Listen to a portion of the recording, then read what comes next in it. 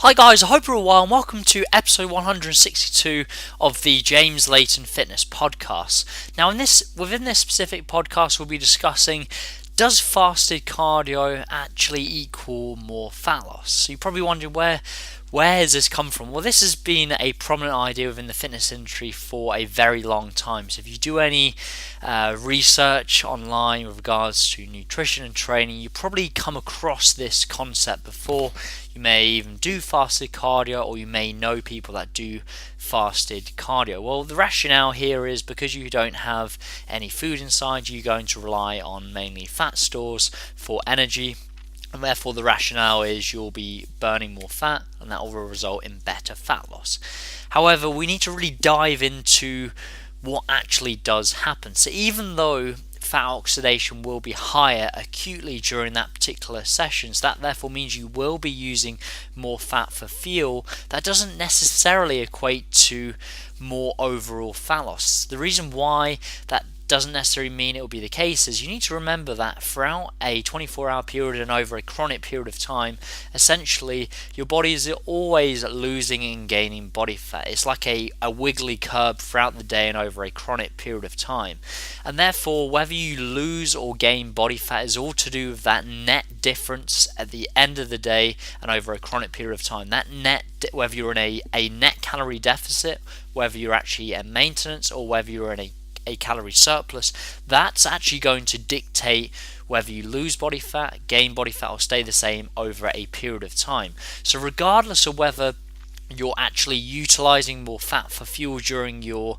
fasted cardio session, that's really irrelevant, because you may overconsume total calories throughout the day to the point where you just wipe out that energy deficit. You may even gain body fat or maintain the same. So I think where people go wrong is they perform their fasted cardio session and they assume, well, I've been burning more fat and I'm not going to pay too much attention to how many calories I'm consuming the rest of the day. Even if you're eating healthy foods, whole foods, you may still not be within a calorie deficit at the end of the day and over a chronic period of time.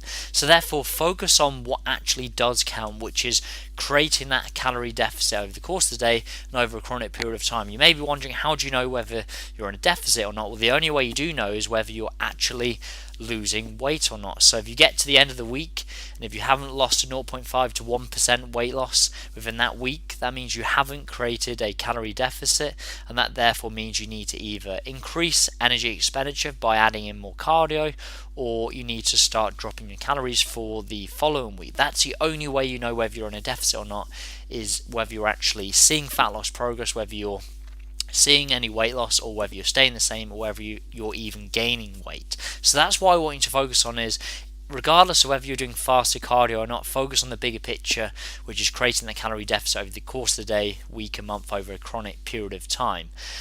With that being said, if you have a personal preference to perform fasted cardio, that's absolutely fine. Just remember, it's not a magic bullet. Even though you're acutely burning more fat, it doesn't particularly matter, because it's all to do with energy balance over a chronic period of time.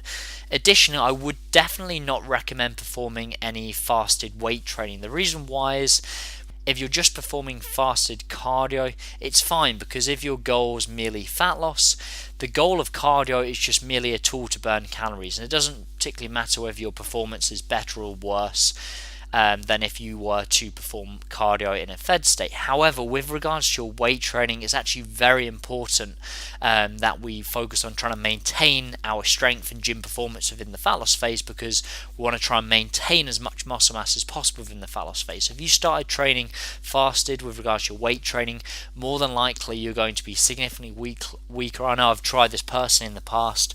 I didn't really know what I was doing, and I was approximately 10-15% weaker training fasted than compared to a fed state, and that therefore means you're going to lose more muscle mass within the fat loss phase, which is not what we want. So in short, just to have a few closing thoughts, fasted cardio is no magic bullet. Yes, you'll acutely burn more fat within the session, but that doesn't necessarily equate to fat loss over the course of the day and over a chronic period of time. It's all to do with energy balance, creating that calorie deficit at the end of the day, end of the week, end of the month, over a chronic period of time. Focus on that.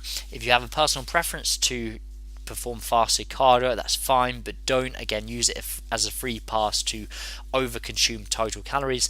And I would Wouldn't recommend performing fasted weight training because you'll be in a position where your strength will drop, and that will therefore mean that you'll lose more muscle mass within the fat loss phase, as opposed to doing your weight training in a fed state. You're going to maintain more strength and therefore more muscle mass within the fat loss phase. So thank you very much for listening. If you're still yet to subscribe to the podcast, please do so. Don't miss a weekly episode. Additionally, if you're still yet to download my free ebook, How to Set Up a Nutrition Plan, if you go to James Layton, Layton Fitness.co.uk, you'll see a tab at the top of the page called free ebook, and you can download that immediately. And that will teach you how to set calories, protein, carbohydrates, and fat suitable for fat loss or muscle building. I teach you how to make changes to those figures to bust through either fat loss or muscle building plateaus. Thank you very much. I'll speak to you next week. Take care.